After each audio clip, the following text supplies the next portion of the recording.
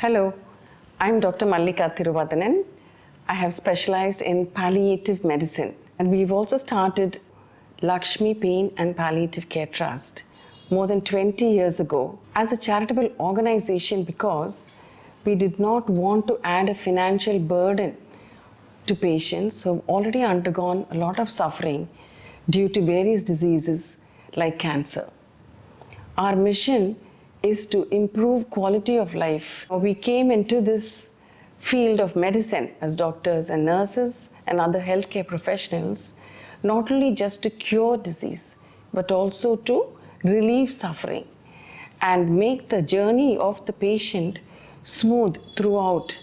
I wish to explain clearly about the facts of palliative care because it is even now quite misunderstood, and because of this, many patients out there suffer unnecessarily due to these chronic diseases. Fortunately or unfortunately, our medical training has been focusing more and more on the disease and cure in the last few decades, but less and less focus on the person with the disease. Now, why is this? Because we have made tremendous advances in medicine, both by way of technology for diagnostics and treatment of diseases. And there are many, many hospitals doing all these sophisticated treatments. And so what has happened is longevity of life has increased. But unfortunately, the incidence of chronic diseases has also increased. There are many treatments for cancer and many other diseases. But how many of us are aware that these distressing symptoms, whether the disease is curable or not, can also be treated well and the quality of life can be improved?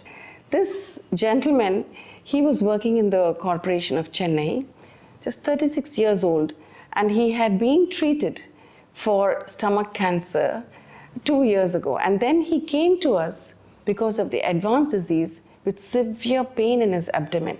And this was the position that he could take because that would give him somewhat relief from the pain. We gave him the medicines for pain relief, and then he went back and lay down normally and said, "Why didn't anybody give me this medicine? For more than 10 days I've been suffering. They could have given it to me much earlier."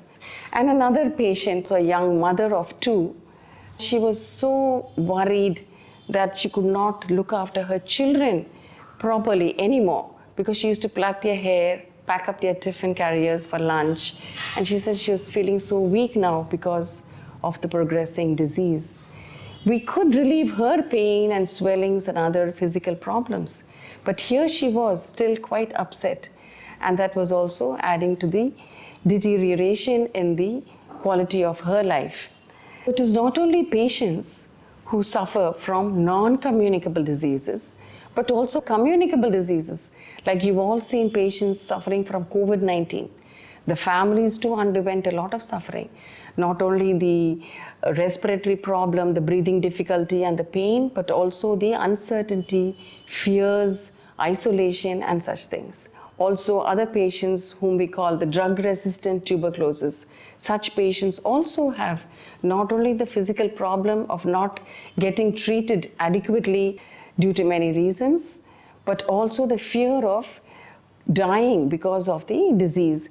So palliative care is an approach which involves the treatment of all distressing physical symptoms like pain, vomiting and others, and also addressing the emotional, social and spiritual issues, not only of the patient, but also of the family, because they are the nearest of the caregivers. And the sole aim of this care is to improve quality of life. So there are specialists to attend on the disease, and the palliative care specialists address the symptoms of the disease so that the quality of life is improved. So when can we give this care? Now, this is a very important thing again. Many think that palliative care is something that is to be given only in the end stage of disease. It is not so, I can say very emphatically. Now, here is an example. This 18-year-old boy, Michael, had come to us for his severe pain. He literally said, please treat my pain or just kill me, give me some medicine. And he even threatened to commit suicide because of that. Now he got this pain soon after starting his medicines for a cancer called lymphoma. Actually, it is a curable disease and he can very well get treatment and be cured of it. But the very first cycle of chemotherapy brought in so much pain that he could not bear it. He could not go back for treatment. So we gave him the necessary effective pain relievers and he went on for 1 year, going into social circulation, taking up little jobs, because a very poor economic background. So we supported him wholly for the treatment and the pain medicines and everything. And then now he's cured, alive, and married with 2 children. So when we say palliative care is about relieving suffering, we should understand that suffering can start right at the beginning. So palliative care can be applied as and when needed, right from the beginning of the disease, during treatment, and also definitely in the advanced stage. So in conclusion, I'd like to quote the words of Dame Cicely Saunders, the pioneer in the palliative care movement. She was a social worker, nurse, and then a doctor. So she said, "You matter because you are you, and you matter to the end of your life. We will do all we can, not only to help you die peacefully, but also to live until you die." Thank you.